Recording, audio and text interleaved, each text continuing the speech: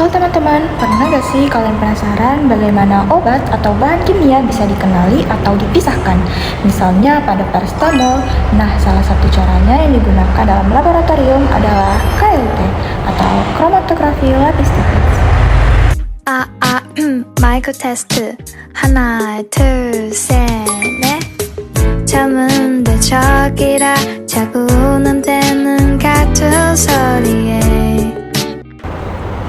Assalamualaikum warahmatullahi wabarakatuh. Perkenalkan, nama saya Nur Adinda Jamhuri dengan NIM G7012432.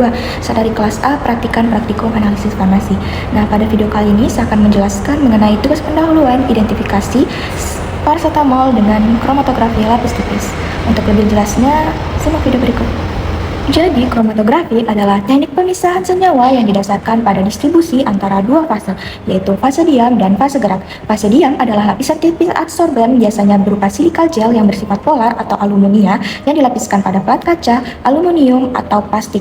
Sedangkan fase gerak adalah pelarut atau campuran pelarut dengan polaritas tertentu yang bergerak naik melalui kapilaritas. Nah, mekanisme pemisahannya itu senyawa yang lebih larut di fase gerak bergerak lebih cepat, sedangkan yang lebih afinitas terhadap fase diam bergerak lebih lambat. Nah, prinsip ini sesuai dengan distribusi hukum Nernst.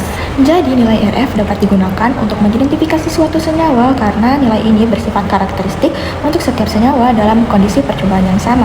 Nah, RF merupakan perbandingan jarak yang ditempuh titik senyawa di pelat terhadap jarak fase gerak atau pelarut yang naik di pelat. Setiap senyawa memiliki afinitas yang berbeda-beda terhadap fase diam dan fase gerak, sehingga titik senyawa akan bergerak dengan kecepatan yang berbeda-beda pula, menghasilkan nilai RF yang khas. Dengan demikian, jika nilai RF mendekati nilai RF sampel mendekati nilai RF baku, kemungkinan besar senyawa tersebut sama, misalnya pada paracetamol. Nah, agar perbandingan RF antara sampel dan baku valid, ada beberapa syarat yang harus dipenuhi. Pertama, seperti sampel dan baku harus ditempatkan di pelat yang sama, sehingga kondisi migrasi titik senyawa identik. Yang kedua, yaitu fase gerak yang digunakan harus sama, baik dari jenis pelarut maupun komposisinya, agar pergerakan senyawa tidak berbeda karena perbedaan pelarut. Yang ketiga, yaitu ketebalan lapisan silika pada pelat harus serupa karena lapisan terlalu tebal atau tipis dapat memperlambat atau mempercepat migrasi titik senyawa, sehingga nilai RF dapat berubah. Yang keempat, yaitu kondisi chamber harus konsisten, yang dimana termasuk suhu, kelembapan, dan waktu jenuh pelarut supaya pergerakan senyawa itu stabil. Nah, ada beberapa faktor penting yang dapat mempengaruhi nilai RF dalam percobaan kromatografi lapis tipis. Nah, faktor pertama adalah polaritas fase gerak. Nah, pelarut yang lebih polar akan membuat senyawa bergerak lebih cepat, sehingga RF-nya lebih tinggi, sedangkan pelarut yang kurang polar menyebabkan senyawa menempel lebih lama di fase diam, sehingga RF lebih rendah.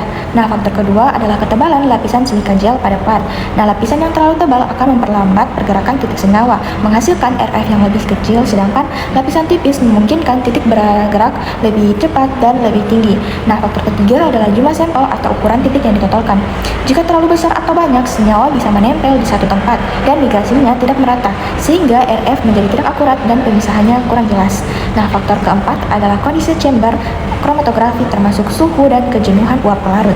Jika chamber tidak stabil, maka fase gerak bisa naik tidak konsisten, sehingga titik senyawa bergerak berbeda-beda yang akan mengurangi resolusi pemisahan.